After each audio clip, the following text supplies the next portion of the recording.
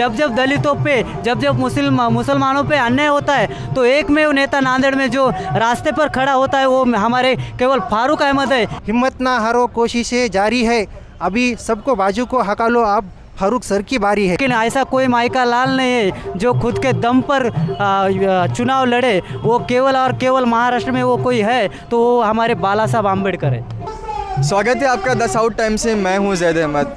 आज मेरे साथ वंचित बहुजन आघाड़ी के सपोर्टर्स यहाँ मौजूद है जो फारूक अहमद को आज यहाँ सपोर्ट करने के लिए यहाँ पर आए हुए हैं। सबसे पहले आपका नाम बताइए। मेरा नाम अनिल वाघमरे है, मैं तालुका महासचिव हूँ नांदेड़ दक्षिण का। जैसे कि फारूक अहमद जो है अभी वंचित बहुजन आघाड़ी कैंडिडेट है, तो आपको क्यों लगता है कि फारूक अहमद जीतना चाहिए? ऐसी क्या क्वालिटी है उनके अंदर? देखिए, आज तक हमने सभी को देखा है, हमारे पास कांग्रेस जैसा तामझाम नहीं, बीजेपी जैसा पैसा नहीं, लेकिन हमारा उम्मीदवार जो है सब उम्मीदवारों से अलग है। क्योंकि आज 11 साल से जो बिछड़े दबे हुए लोगों को न्याय देने का काम हमारे फारूक साहब करते और खाली मुस्लिम लोगों का नहीं तो दलितों पिछड़े लोगों का नेता हमारा फारूक साहब है। इसके लिए हमें उनको चुन के लाना है। फारूक साहब से आपको क्या अपेक्षा है? फारूक साहब से इतनी अपेक्षा है कि बाला साहब अम्बेडकर ने जो उनके ऊपर भरोसा दर्ज किया है वो भरोसा ना तोड़ते हुए दबे पिछड़े लोगों को न्याय देकर हम जैसे नौजवानों को नौकरी देने का काम उनकी तरफ से हो, यही दरखास्त है। आपको क्या लगता है कि फारूक सर अब जीत जाएंगे तो वो नांदेड़ के विकास के लिए क्या क्या काम करेंगे? देखो, पहली बात तो फारूक सर जो है मतलब सभी धर्म का काम करते हैं और एक ऐसा समाज नहीं है, मुस्लिम का नहीं है, सभी धर्म का काम करते हैं। शोषित, पीड़ित, वंचित, मतलब सभी समाज का अच्छा तरह से काम करते हैं। उनकी जो भूमिका है वो समझ के लेते हैं, क्योंकि सर को हर समाज में चाहने वाले हैं। सर का जो काम है, हम 2019 से लेके 2024 तक मतलब इतना जो काम है, बाला साहब ने उनके ऊपर जो विश्वास डाला है, वो जो नांदेड़ के अंदर एक ही शख्स है मगर फारूक सर, उनका जो काम है सबसे बेटर है। जैसे कि आप एक युवा है तो आप फारूक सर को क्यों सपोर्ट कर रहे हैं? देखो, हमारे नांदेड़ में मुस्लिम लोगों की इतनी संख्या है, लेकिन ये कांग्रेस मुस्लिम लोगों का वोट का सिर्फ फ़ायदा ले रही है। और गए 10 सालों से फारूक अहमद सर को हम पहचानते हैं। अब इस बार हम फारूक सर को ऐसे चुन के लाएंगे। हमारी वोट इधर 72-73 हज़ार है, वन साइड हम वोट करेंगे, इंशाल्लाह हमारी जीत होके रहेंगी। फारूक सर ही क्यों? फारूक सर के अलावा और भी तो कैंडिडेट है। देखो, बहुत सारे पक्ष है इधर, लेकिन वो सत्ता के लिए कभी इधर भाग रहे, कभी इधर भाग रहे। लेकिन ऐसा एक शख्स है हमारे नेताजी फारूक सर, जो कि 10 साल से एक ही जगह पे है, एडवोकेट बाला साहब अम्बेडकर के साथ, इसलिए हम उनको चुन के लाना चाहते हैं। आप कौन से मुद्दों पे वोट करेंगे? ये हमारी वंचित बहुजन आघाड़ी एक ऐसी पार्टी है, ना ये पार्टी को जात है, ना धर्म है, ना कोई नहीं है। जो बाकी की पार्टी है खाली जात धर्म के नाम पे अपनी राजनीति करते हैं, इसलिए हम वंचित बहुजन आघाड़ी के साथ रहेंगे और फारूक सर को चुन के देंगे।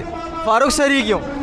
ऐसा है, बाकी की पार्टियाँ खाली हमारे समाज को, मुस्लिम समाज को खाली इलेक्शन के टाइम पे हमको ढूंढ के लाते हैं, बाकी इलेक्शन होने के बाद हमको नहीं मिलते, हमको टाइम नहीं देते, हमको टिकट नहीं देते। इसलिए हमको एक मुस्लिम कैंडिडेट बोल के हमको विधानसभा में भेजना है और फारूक सर को चुन के लाना है। जैसे कि आप सब लोग फारूक अहमद को यहाँ सपोर्ट कर रहे हैं, तो फारूक अहमद जब जीत के आ जाएंगे तो आप उसके नांदेड़ के अंदर कौन कौन से बदलाव चाहेंगे? सबसे पहला राजकीय बदलाव होगा यहाँ पे, और उसके साथ ही हमारे नौजवानों के नौकरी का हो, हमारे बेरोज़गार भाइयों का हो। यहाँ पे बहुत सारे जगह पे मुस्लिम अपने जो दोस्त है, भाईचारे है, उनके ऊपर जो अन्याय हो रहे उनके ऊपर भी न्याय करने का काम हमारे फारूक साहब करेंगे, ऐसा हमें दरखास्त है।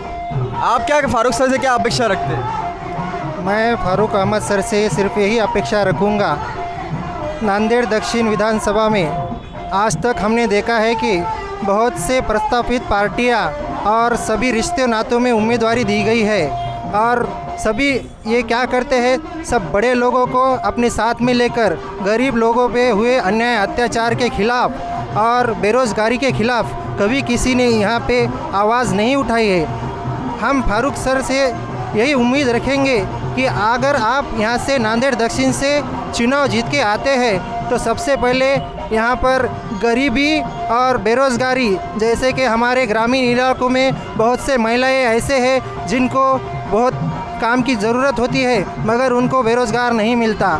किसी के भी दर पर जाना पड़ता है कि MIDC में काम तो है मगर उनको सही मुआवजा नहीं मिलता है। तो हमें फारूक सर ने हमारे ऑफिस के मीटिंग में यही एक ये दिए है कि भाई जब मैं चुन के आऊँगा तो सबसे पहले आपको किसी के दर पे जाने की ज़रूरत नहीं गिरने दूंगा। आपको हर वो चीज़ मैं नांदेड़ दक्षिण के मतदार संघ में उपलब्ध करवा के दूंगा जिसकी आपको सख्त से सख्त ज़रूरत है। और यहाँ से मैं इस बाबा साहब अम्बेडकर पुतले के सामने से सभी मतदार और सभी मेरे भाइयों को गुजारिश करूँगा कि भाई हिम्मत ना हारो, कोशिशें जारी है, अभी सबको बाजू को हका लो, अब फारूक सर की बारी है। बस इतना ही कहूँगा।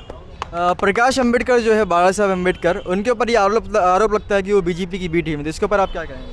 अभी यहाँ पे नांदेड़ में आपने सबने देखा कि बीजेपी की बी टीम कौन है, जिसके ऊपर आपने भरोसा किया, 5 साल भरोसा किया, जिसको वो चुन के दिए, वो ईडी सीडी बीडी का ये करते हुए बीजेपी में जा रहे सभी जन।